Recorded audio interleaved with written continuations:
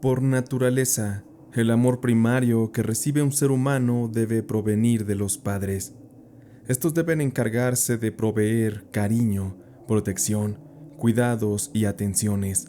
Lamentablemente esto no ocurre en todos los casos. Daniel era un niño pequeño de apenas 8 años.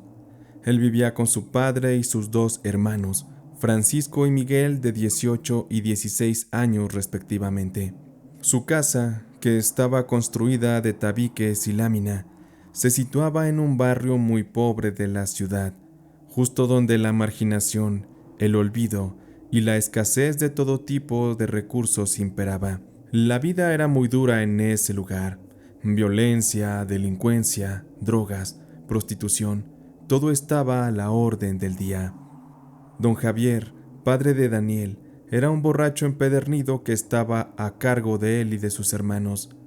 Su esposa Margarita había fallecido un par de años atrás a causa de una golpiza que él mismo le propinó durante un arranque de ira en sus borracheras. Al menos eso es lo que contaban los vecinos de aquel lugar, en el cual la ley no existía, no había orden y las autoridades nunca aparecían.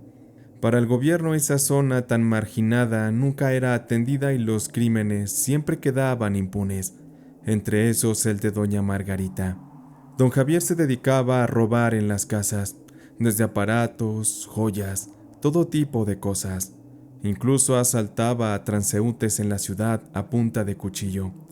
Lo peor es que él estaba iniciando a esta vida a sus dos hijos mayores, quienes salieron iguales a él en carácter agresivo y poco empático.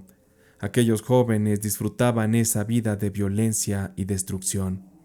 Antes de convertirse en un delincuente, don Javier fue un albañil. Se decía que él de joven era muy bueno y que trabajaba de sol a sol sin cansancio.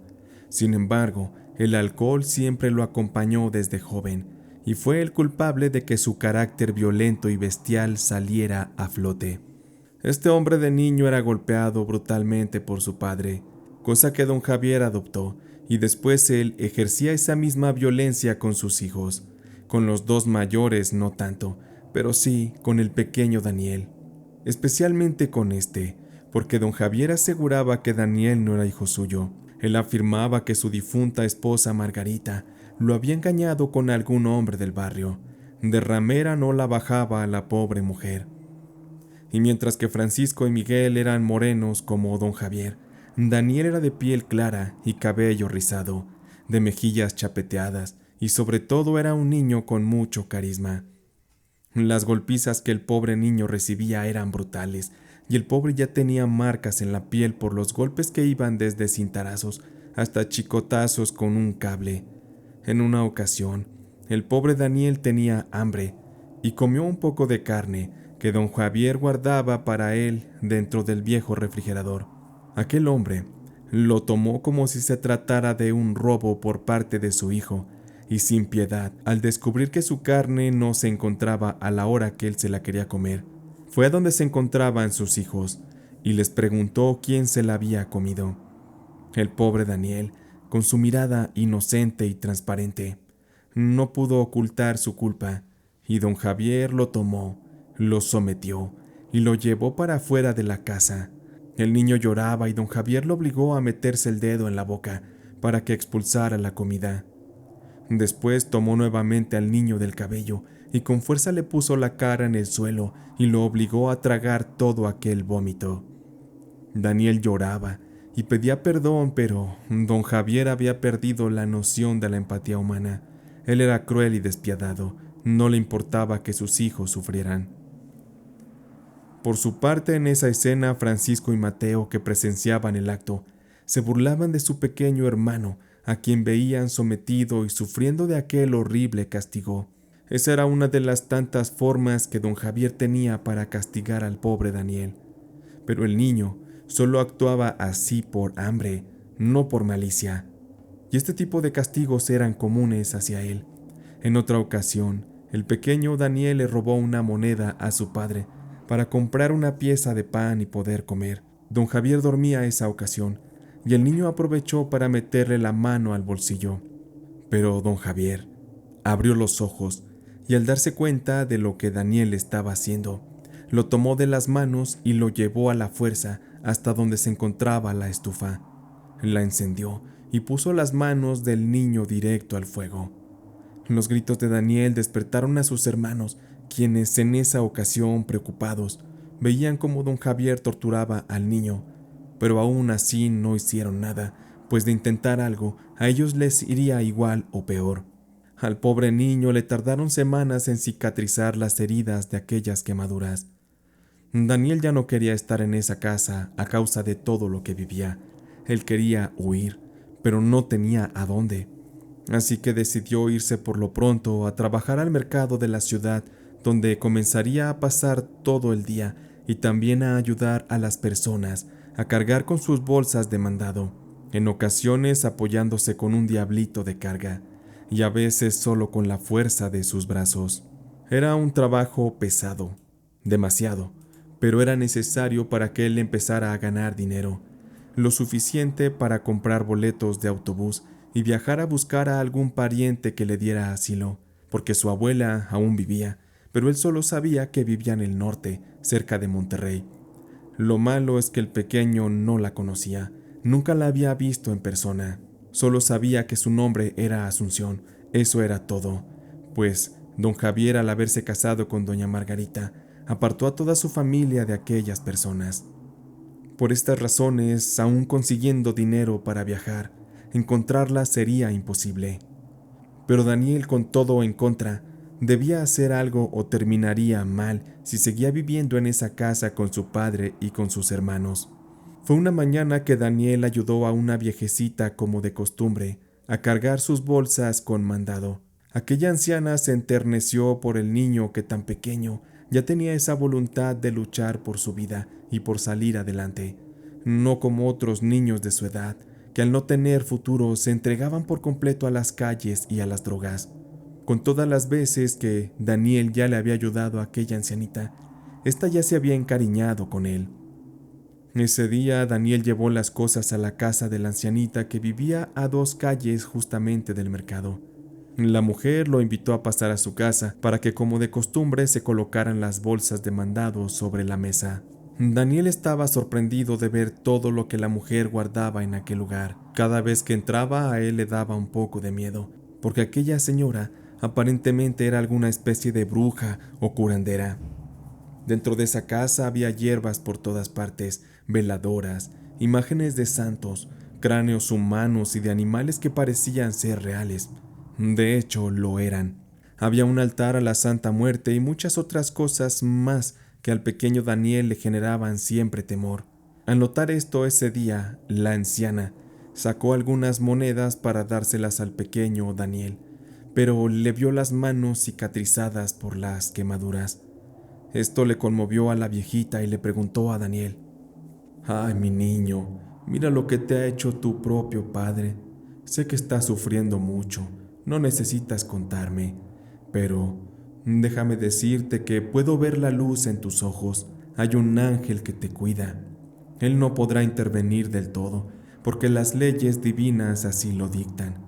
Pero en casos especiales como el tuyo, yo estoy dispuesta a retar esas leyes del de arriba, con tal de que no sufras la pesada mano de tu padre una vez más». Daniel, callado, solo escuchaba mientras unas lágrimas le corrían por las mejillas, cargadas de dolor y miedo por todo lo que le hacía su padre. La anciana, al verlo, le limpió una de las lágrimas con su arrugada mano y continuó: «Sé que tu padre ha sufrido, pequeño. Él ha sido condenado por los males de su padre, y ahora él te está entregando todo su dolor para que también cargues con él todo su odio. Sin embargo, hay un momento de la vida en que las personas debemos dejar de culpar a los demás de nuestro sufrimiento y hacernos responsables de elegir lo que nos hace bien o lo que nos perjudica. Eso debería hacer tu padre. Parece fácil, pero él es muy ciego para entender esta parte de la vida. El alcohol le ha cubierto los ojos con una venda y le ha convertido en un hombre herido que no sabe hacia dónde conducir sus pasos. Él es un esclavo del dolor y de eso tú no tienes la culpa. También déjame decirte que si no te ayudo, Pronto dejaré de verte en el mercado, mijito, porque tu padre se convertirá pronto en un demonio que será incontrolable y ni tú ni tus hermanos se van a salvar. Daniel, muy asustado y preguntándose cómo la mujer sabía todo eso, por fin habló. ¿Usted le va a hacer daño a mi papá?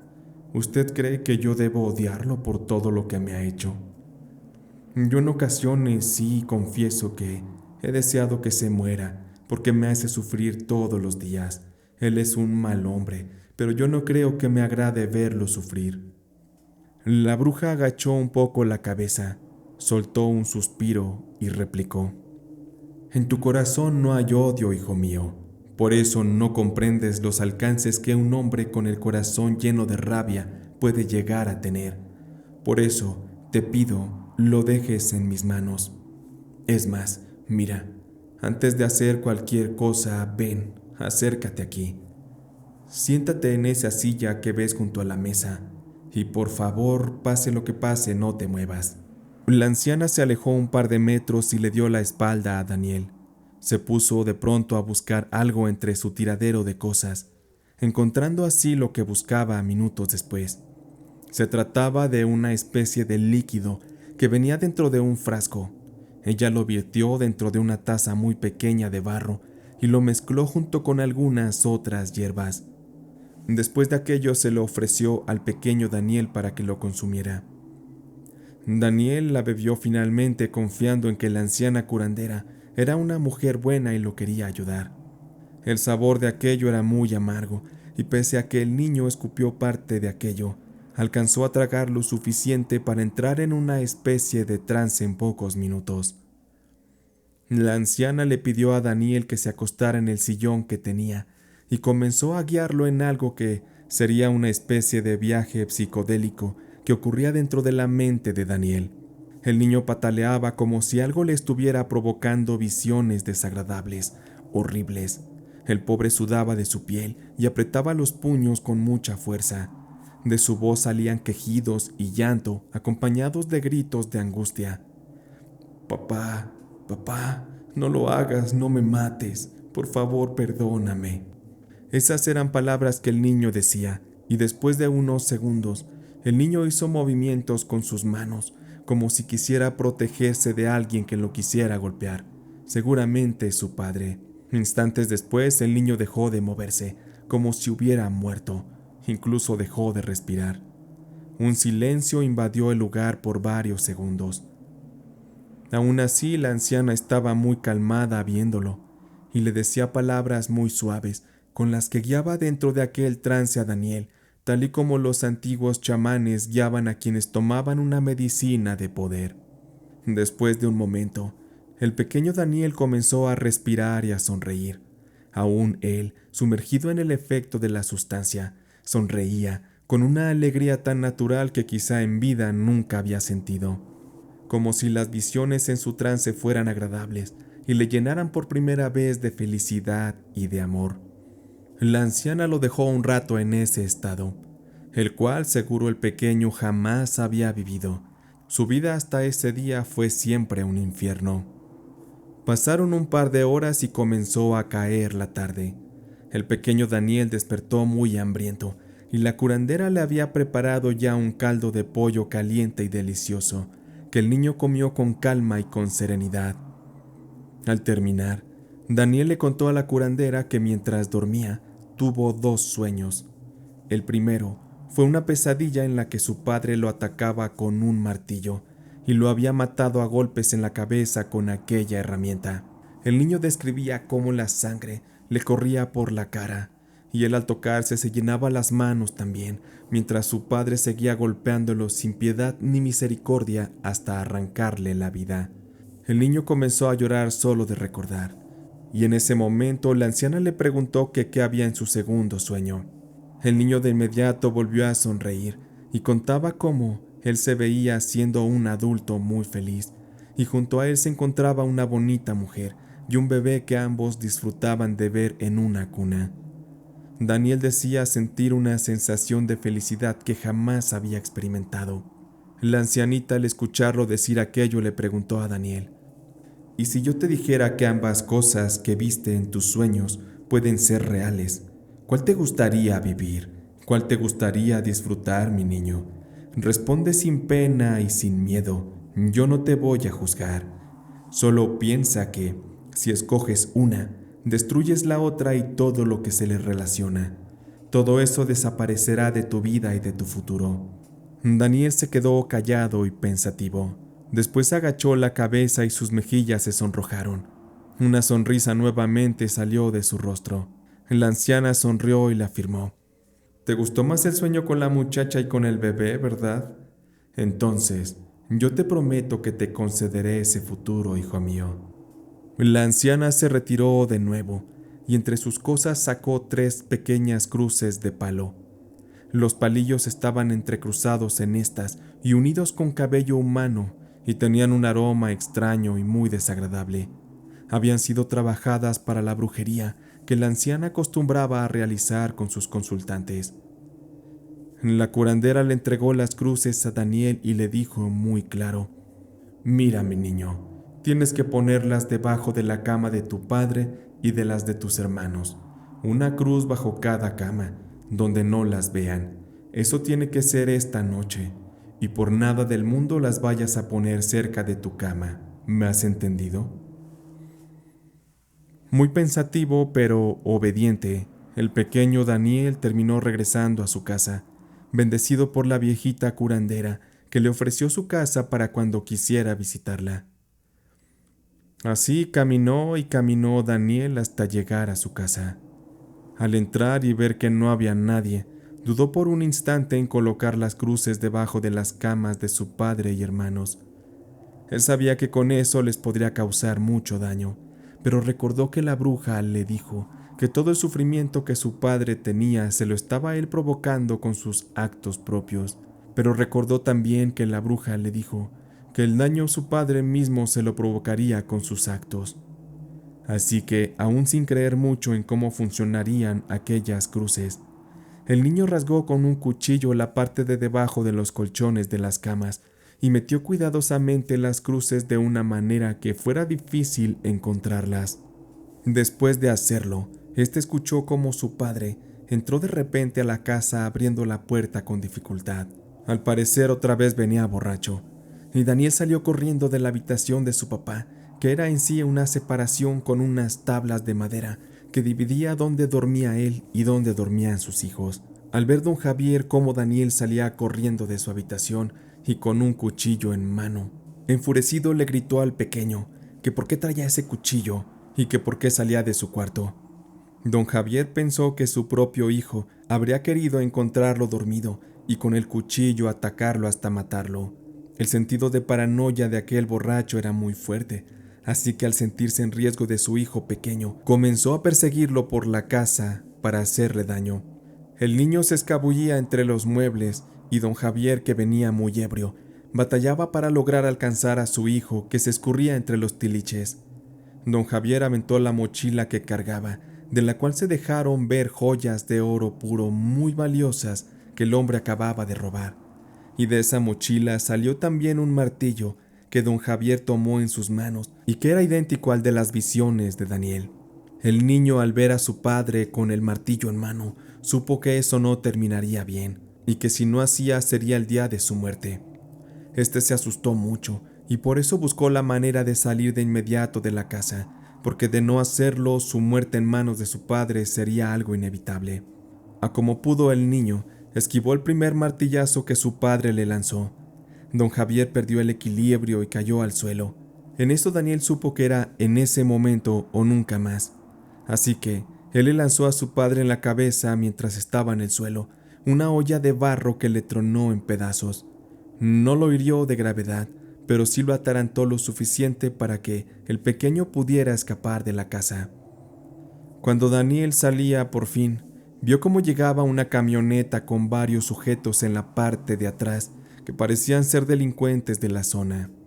Uno de esos hombres pidió que agarraran a Daniel, pero otro más dijo que se trataba solo de un niño, que lo dejaran ir. Al parecer aquellos iban tras de don Javier para ajustar alguna cuenta pendiente, posiblemente relacionado con el robo de aquellas joyas. Pero hubo algo más. Daniel vio cómo también una mujer vestida de negro y con el rostro de una anciana se dirigía caminando por un costado de la casa y al parecer también iba hacia donde estaba don Javier. La imagen de aquella mujer era espeluznante, es como si se tratara de la misma muerte. Pero Daniel no tuvo oportunidad de analizar eso y mejor corrió hasta que se perdió en la oscuridad de las calles, que estaban solitarias y llenas de un abrumador silencio. El niño no tenía a dónde ir, así que confundido, con pena y con todo, él se dirigió hacia la casa de la anciana curandera, quien con cariño lo recibió, lo arropó y le preparó un chocolate con leche, y al servírselo le preguntó: «Ay, mi niño, vienes bien asustado, pero dime algo, ¿si alcanzaste a colocar las cruces bajo las camas?». Daniel solo asintió mientras se comía un pan con aquel chocolate caliente. La curandera suspiró en forma de alivio, como cuando las cosas se van a poner por fin en su lugar. Después acostó al niño en el sillón, le puso una cobija caliente y lo dejó descansar. La anciana hizo lo mismo, pero antes fue a donde estaban sus ídolos y sus imágenes y se persignó. Agradeció a sus santos y a las deidades que le ayudaban a hacer sus trabajos el hecho de que los enemigos de don Javier por fin lo hubieran encontrado. Ella, con sus trabajos de brujería y con aquello de las cruces, había tenido la intención de exponer a don Javier ante aquellos que lo perseguían y querían acabarlo. La noche transcurrió con un oscuro silencio que desbordaba una melancolía profunda, como esas noches donde las personas no duermen pensando en que algo ocurrirá, donde la intuición es más fuerte que el sueño. En la mañana siguiente había un alboroto en las cercanías, un chisme que corría de boca en boca. Se habían encontrado los cadáveres de 3 personas. En estos había signos de tortura y al parecer habían sido víctimas de una venganza. Aquellos cuerpos se trataban de don Javier, Miguel y Francisco. A don Javier lo habían golpeado de una manera brutal y le sacaron los ojos aparentemente con una navaja y se los metieron a la boca. Su rostro y su cuerpo estaban completamente ensangrentados. Estaba completamente desnudo y había marcas de chicotazos por todo su cuerpo, tal y como los que le daba a su hijo Daniel. Le habían cortado las manos con una cegueta que estaba tirada junto al cuerpo. Sin embargo, las manos no estaban ahí mismo. Estas las encontraron horas después en la boca de un par de perros callejeros que las ruñían y se alimentaban con estas. En esa habitación también se encontraban los cuerpos de los hijos de don Javier. Tanto el de Francisco como el de Miguel estaban exactamente en las mismas condiciones que el de su padre. Por tanto, aquel lugar estaba completamente inundado de sangre. Las moscas volaban por todas partes y la pestilencia era tan insoportable que atraía a los perros de la calle y a los curiosos que se asomaban por las ventanas. Algo extraño de todo esto es que los sujetos que acabaron con la vida de estos hombres, al registrar la casa, encontraron las cruces bajo los colchones y a cada cadáver le colocaron en la frente una de estas. La bruja curandera sí fue a ver todo aquel alboroto muy de cerca, mientras que las autoridades hacían las investigaciones y todo su proceso.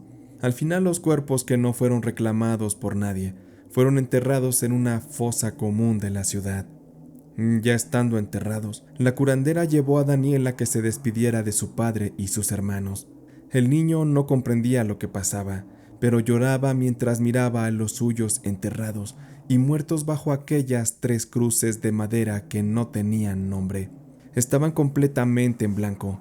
Don Javier y sus otros 2 hijos jamás hicieron valer con honestidad, con valor, con respeto, ni sus nombres ni sus vidas.